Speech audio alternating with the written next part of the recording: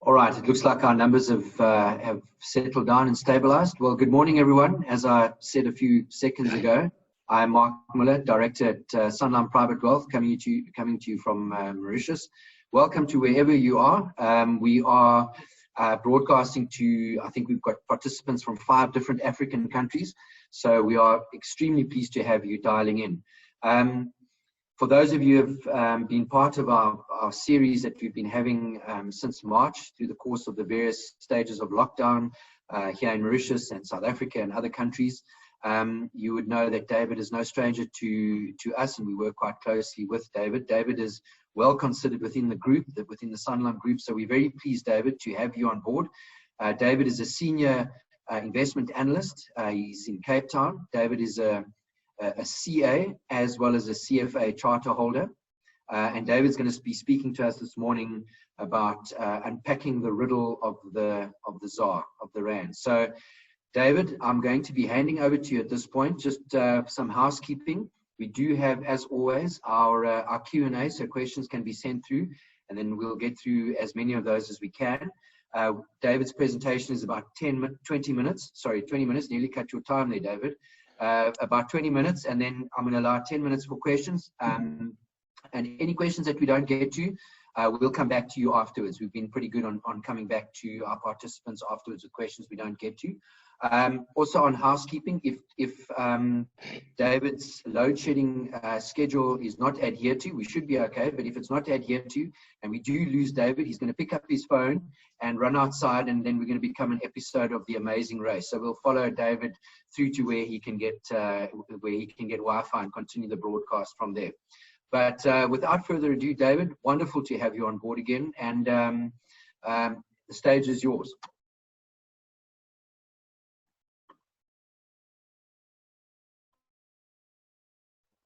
And with that, David is frozen. So let's try and get David back. Just bear with us. The technology's perfect in testing, but then seems to have let us. Oh, there you go. You're back again, David. All right. Excellent. Sorry about that.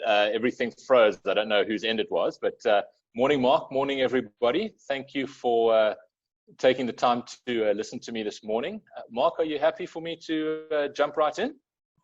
Jump right in, David. Excellent. If we can just share the screen, please. Thank you. So moving maybe on to the very first slide of pictures. So the next page there. That's really what we're going to be discussing today, is the rand-dollar exchange rate. That's what it's looked like so far this century. What you can see is, of course, that so far this year, the rand has depreciated quite a bit against the dollar. A lot of that is driven by global moves. So, you know, if we do move on to the next slide, that's where I compare what has happened to the rand, the Brazilian real, the Mexican peso, and the Russian ruble, all emerging market currencies. This comparison sort of bases everything to 100 at January in 2019.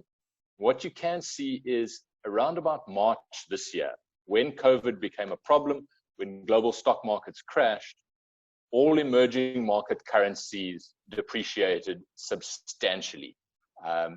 So, you know, you can see South African rand being the blue line in the middle there. We've depreciated, but no more dramatically than has happened with a number of other emerging market currencies. And I could put a lot more lines on this chart to show you largely the same thing. So as much as those of us in South Africa like to think that our currency is particularly special in the way that it depreciates and moves all over the show, it's actually much the same for most of the emerging markets. And as you can see there, the Brazilians actually have us beat in terms of getting things wrong. If we move on to the next slide, this is just the simplest backdrop as to why that happened. And this chart on the right-hand side shows you South African economic growth. You can see in the second quarter of 2020 down dramatically. And that became quite clear that it would happen like that back in March. And of course, that's why the currency fell apart. The concerns from a South African perspective, of course, are that we limped into this crisis. South Africa's economy wasn't doing particularly well in advance, it's quite clear that the near-term expectations should see a situation substantially worse than it was back in the financial crisis. So for 2020 as a whole, we would expect GDP in South Africa to contract by around about 8%, and then rebound by about 4% in 2021.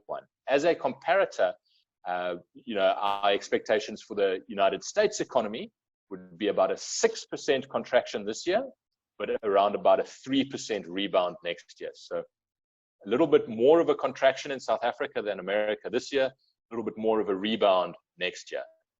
The concern is that, in our view, the risks are skewed to the downside because we're not exactly sure when lockdowns will be completely over. We're not sure when this virus will be under control. And with that, we're not sure how long limitations will be imposed on the economy. And of course, South Africa, as many of you around the rest of Africa know, for your economies as well, tourism is a big thing.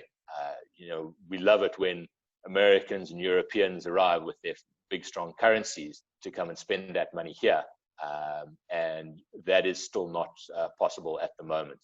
The one positive we do have is that the South African Reserve Bank remains independent.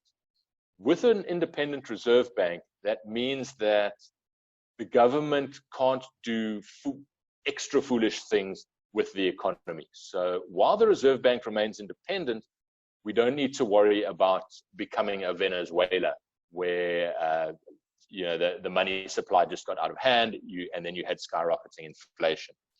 We're actually quite comfortable with the inflation situation. But anyway, if we maybe move on to the next slide, I can show you some more of the concerns. And the left-hand chart here speaks to the government budget balance. And the problem is, so South Africa has a February year end from a government finances perspective. So in the year to February 2021, we expect the government to run a budget deficit in total of around about 12%. You can see that's much, much worse than it has been in recent years. And in general, the IMF says if you're running a budget deficit of more than 3%, you've got problems. So it's quite clear South Africa has problems here. Remember, we're not the only country with this situation.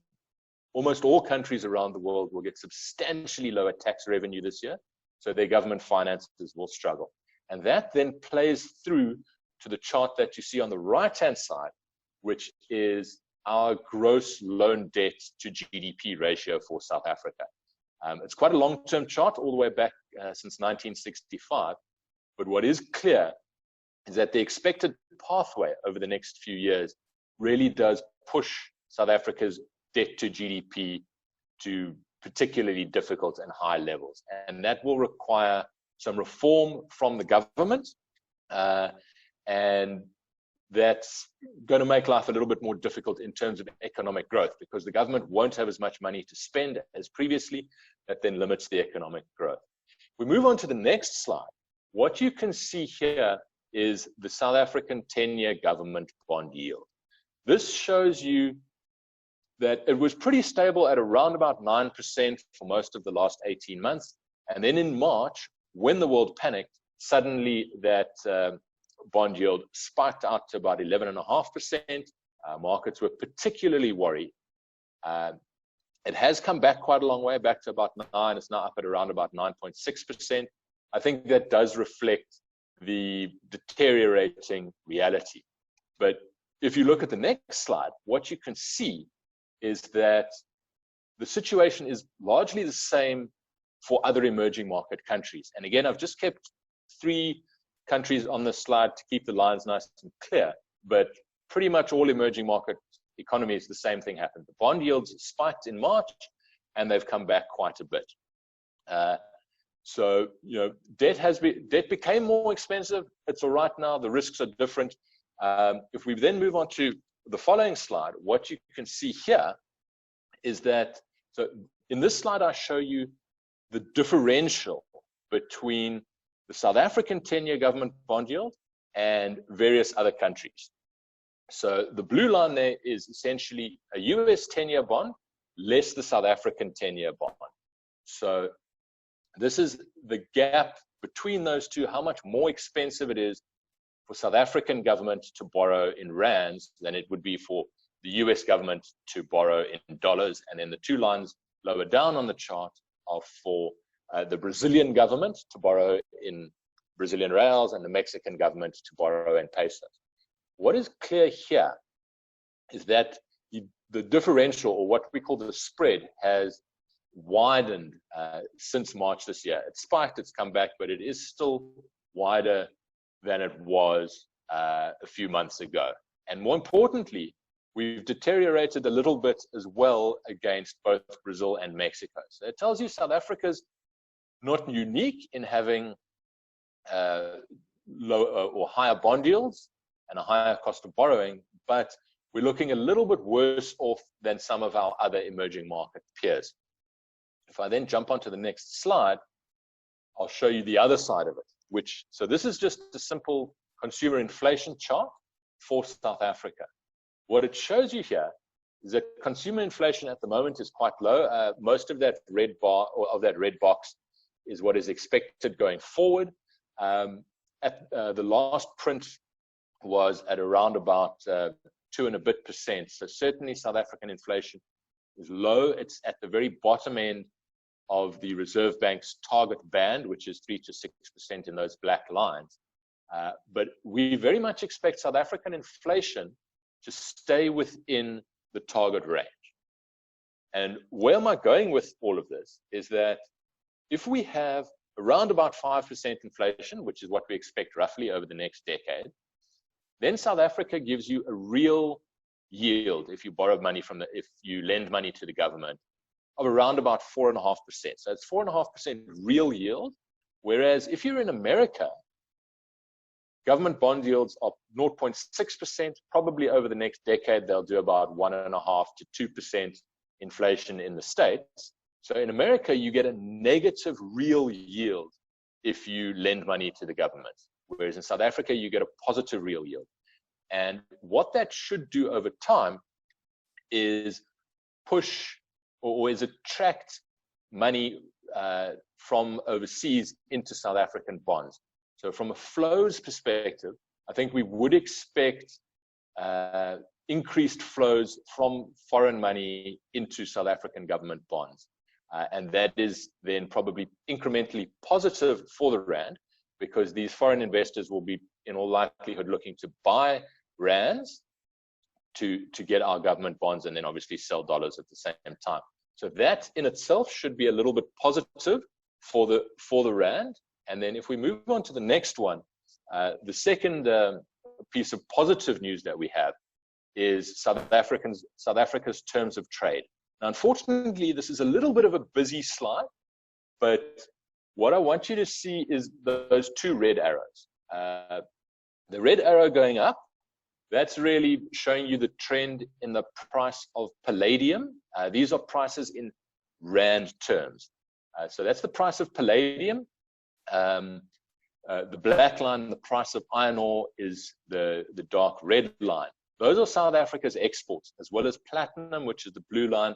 The scale makes it not as obvious, but the platinum price has broadly been lifting as well. What that means is we are now getting in South Africa more rands for our exports. At the same time, our biggest import is oil, and oil has decreased in price quite nicely in both, well, very strongly in dollar terms, less so in rand terms. But the oil price is still down in rand terms versus where it was at the beginning of the year. So we're getting more money for our exports. We are having to send less money overseas for our imports. And that also creates some positive pressure on the rand, because more people are looking to buy rands to settle the palladium and the iron ore that they're buying from us, than people are looking to sell rands and buy dollars to buy oil. So that, I think, is also incrementally positive for the rand. If I move on to the next chart, this just shows you kind of the same thing, but as it encompasses the entire South African economy. So this is our current account. So this is simply your exports minus your imports. And for most of the last 20 years, South Africa has imported more goods in total than it has exported. You can see back in sort of late 2010, early 2011, when the current account balance got close to zero, that was certainly a positive time for the rand. You now see that with the COVID problems, South Africans are importing less as a whole, and so we've had a spike in our current account balance. So that's also quite positive for our economy and particularly for the currency. It just shows you there's more demand to buy rands than there is to sell rands for people active in the real economy. So I think that should also be incrementally positive for the rand in the short term. I then jump onto the next slide. This kind of takes the different pieces and puts them together. What you have here, it's a little bit complex, this chart, this slide. So the blue line is on the left-hand scale. That's an index of South Africa's terms of trade. And then on the right-hand side, you can see it's an upside-down inverted scale of just the rand-dollar exchange rate. What you can see there is most recently, our terms of trade have improved, yet the rand has depreciated badly. And that is quite substantially different to the situation over the last 15 years or so, where generally the level of the rand has moved in the same direction as our terms of trade. So at the moment, I think the rand is looking a little bit too weak relative to the macroeconomic factors. And we certainly think that that there is some room for improvement here. Moving on to the next slide, which is the last of my pretty charts. I've got some words after that. This is then, if I take all of the information that I've discussed with you so far regarding the rand, this is then a fitted purchasing power parity model that our friends at Sanlam Investments on the macroeconomic side that they run. And what you see here is the thicker red line that sort of goes through the middle. That is where the model says the rand should be based on inflation differentials, all the different things I've spoken to you about, and the history of the truth of where the rand has actually been over time in the past. You can see this is on a log scale there, but essentially what it tells you is that right now the rand is around about 1.5 standard deviations weaker than the model suggests that it should be trading at. So the model says it should be trading close enough to 14 rand to the dollar, which is roughly where we were around about the start of the year. It's now looking quite a bit weaker than that. So again, this chart really, I think, pulls together all of the things I have spoken about so far. Yes, we have weak macro in South Africa. Yes, the world is in a difficult place, but I think the rand has reacted a little bit more than it really should have to this situation. So while the model says that the rand should go to around about 14 rand to the dollar, that could take some time. And I wouldn't be betting on it getting to 14 rand to the dollar by the end of this year, certainly not. But I think what we can see is the balance of probabilities points towards the rand rather getting stronger than weaker over the next couple of years. So just in summary there, on the final slide, from a macro perspective, as I said, it's negative. We're not alone in that. Everywhere around the world is struggling right now. And of course, with currencies, it's all about a relative game rather than an absolute thing, which you might see for commodity prices. On the negative side, we've got economic uncertainty. We know that. We have rising government debt that is looking worse than it would have looked a year ago. And there are, of course, tail risks. Anytime you have extreme economic moves, history tells you over hundreds and hundreds of years that strange things can happen. But the same way there are tail risks in all countries at this point in time. We've certainly seen it in some of the social unrest in America as well. On the positive side of things, as I said, our terms of trade are looking good for the rand. There's a wide interest rate differential in real terms that looks very attractive, I think, for people who are investing in bonds in Europe or America, where they're getting either low or very low or negative yields. they can come and invest that money in South Africa in rands, and they get around about 9.5%. And we, of course, have low inflation, so nice wide real yield. And then just to sort of tidy it up at the end, what do I think is going to happen? We think that the balance of probabilities says the rand should strengthen from current levels. That is our best estimate. Please understand that nobody's crystal ball is absolutely perfect, but that is our expectation, is the rand should strengthen slightly from current levels. Might take a little bit of time, but I think that is the more likely direction that it will go. Thank you. That is my presentation. Mark, can I hand back to you? David. Spot on time there. Thank you very much. David, we're going to wait for the questions to start coming through. A couple of questions that I have, and perhaps at the risk of repeating. You touched on the Reserve Bank and its current independence. What is the importance of that for the ZAR and the Reserve Bank remaining independent? Right. So I think, Mark, the biggest thing there is that an independent Reserve Bank stops the government from just indiscriminately printing money. As long as you have a Reserve Bank that keeps things under control from a money supply perspective, that then means they'll keep inflation in check. So what you really want to avoid is any situation like, for example, Venezuela, where they just printed money, and then, of course, the currency just goes down to zero.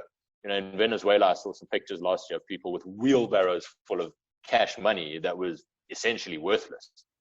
We've seen the same situation in Zimbabwe at times.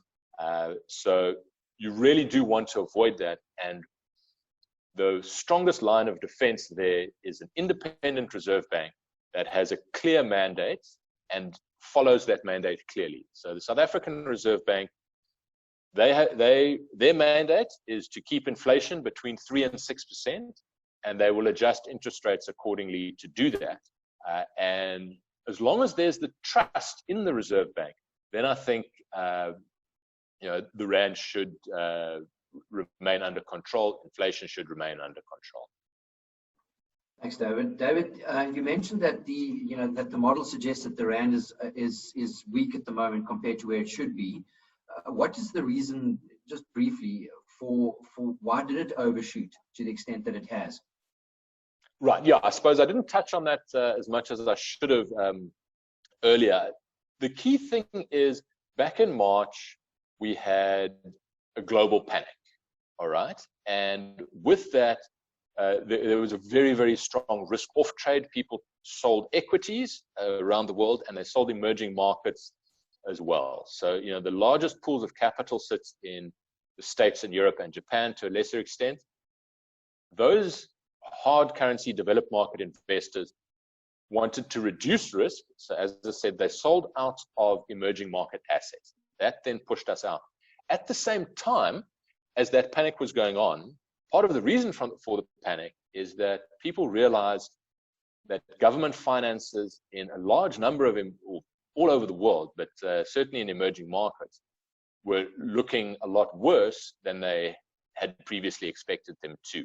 So with that, government's ability to repay debt looked less attractive, and really it means that governments need to borrow a little bit more, so there's a greater supply of debt coming onto the market.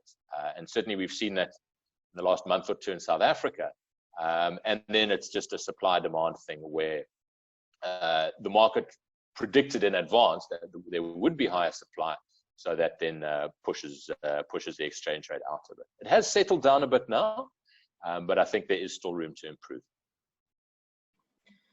Yeah, thanks, David. David, one of your earlier slides, and we've got a few minutes left, but one of your earlier slides tracked the ZAR back to 86. Prior to this, you and I had a conversation about the reset occurring in South Africa in 1994. And if one tracks that, the general trend of the ZAR is to weaken against the dollar. Can you just comment on the general trajectory of the ZAR? Let's take 94 as the reset. for that, and then taking that forward over the course of the last 26 years and looking forward. How do you see that going, and what is the reason for that, for the nature of the trajectory? Why is it that it seems to continue in an upward spike?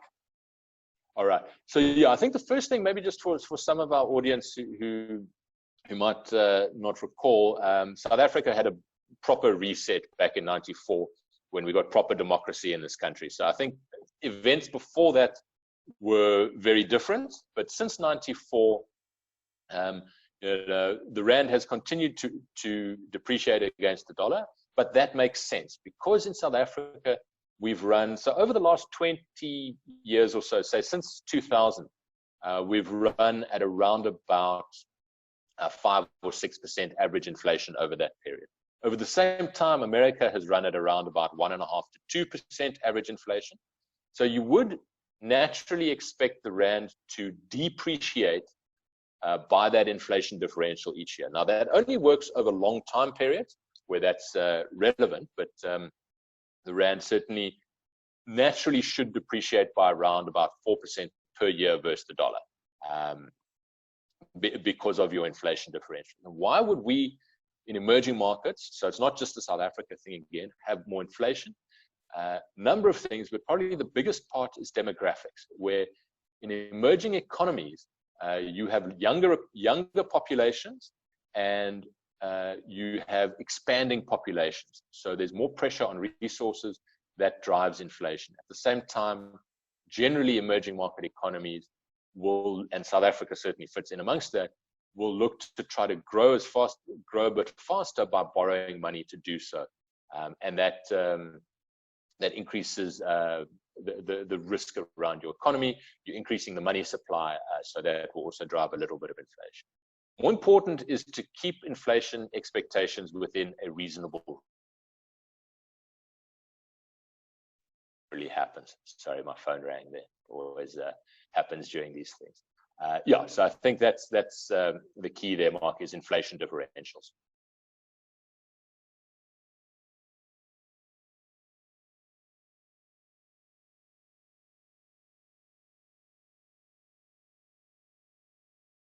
Mark, sorry, I can't hear you. I think, are you on mute? Apologies. Sorry, David, we're stopping muting. You've mentioned that your expectation is that the ZAR would strengthen. The question is, what could make the ZAR, quote unquote, tank? A number of different options here. There's always risks in any economy. I think the biggest one would be any sort of social unrest would be negative, because that would frighten investors away. So, you know, if we have any sort of unrest relating to the difficulty in the job market, which is a natural function of the weak economy, that's the kind of tail risk I was speaking about earlier.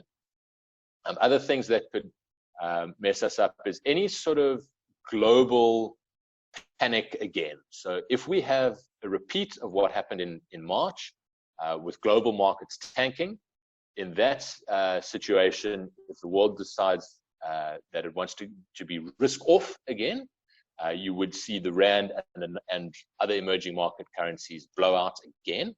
I don't see that as a likely scenario. It's of course a possible scenario, but I wouldn't see that as likely, given the amount of stimulus that developed market economies have pumped into the global financial system. But of course, the real problem with these things is, if you'd asked me this a year ago, I would not have predicted, or I wouldn't have suggested that a global pandemic and massive destruction of global GDP would be a reasonable scenario, and yet here we are. So the difficulty always for these things is the things that you have no idea of, or that seem extremely unlikely, that suddenly find a way to happen. And that really is why you always want to have a properly diversified portfolio of assets across a variety of asset classes, across a variety of currencies, and with different risk profiles to protect yourself, because the truth is that perfect prediction of the future is not possible. Quite right. David, we're just about out of time. I'm going to ask you a tough one. South Africa was seemingly hit by a perfect storm in March, downgrade. Has the effect of the downgrade washed through to affect the rand? How do you see that? How do you see that playing out? Right. So for those in the audience who maybe aren't fully aware, what happened is back, I think about 3.5 years ago, S&P and Fitch, the two of the three big rating agencies, they downgraded South Africa's debt to junk status. Moody's did not downgrade our debt at that point. They kept us on investment grade status until around about March this year. So that was the final downgrade. And really, as I see it, that was a damp squib of an event. You saw in some of my pictures earlier that if we look versus a year ago, South African bond yields have not changed very much. And all of the change can be ascribed to the change in the economic environment from COVID rather than anything to do with that downgrade. So the downgrade was very exciting for those in the media. It made for lots of column inches. But in South Africa, the downgrade was, or in real life, the downgrade didn't actually make much difference to either the exchange rate or the bond yields. It was much larger factors that were at play. And I'm actually quite happy that it's now done and out the way, and that removes something of an overhang from that environment. David, thanks very much. I'm going to ask you to look into your crystal ball. If we had to fast forward 1 year from now and we convene a similar type of scenario, what do you think the rand will be at in 1 year? And you can cover it as you please, David. So, just for the audience, please understand that perfect prediction is not possible. But to put a line in the sand, I would say that this time next year, we should be at around about 15 Rand 70 per dollar would be my best expectation of where the Rand dollar exchange rate would be. So a bit stronger than now, but not substantially stronger. David, it's been a pleasure. We're out of time, but to the audience, any further questions that you want to send, you're welcome to email me and stay in touch. And we will convene another session with David in due course. David, as always, great pleasure. Thank you for coming. And we look forward to chatting to you again. Thank you everyone for joining us this morning. And from us here in Mauritius, have a great day.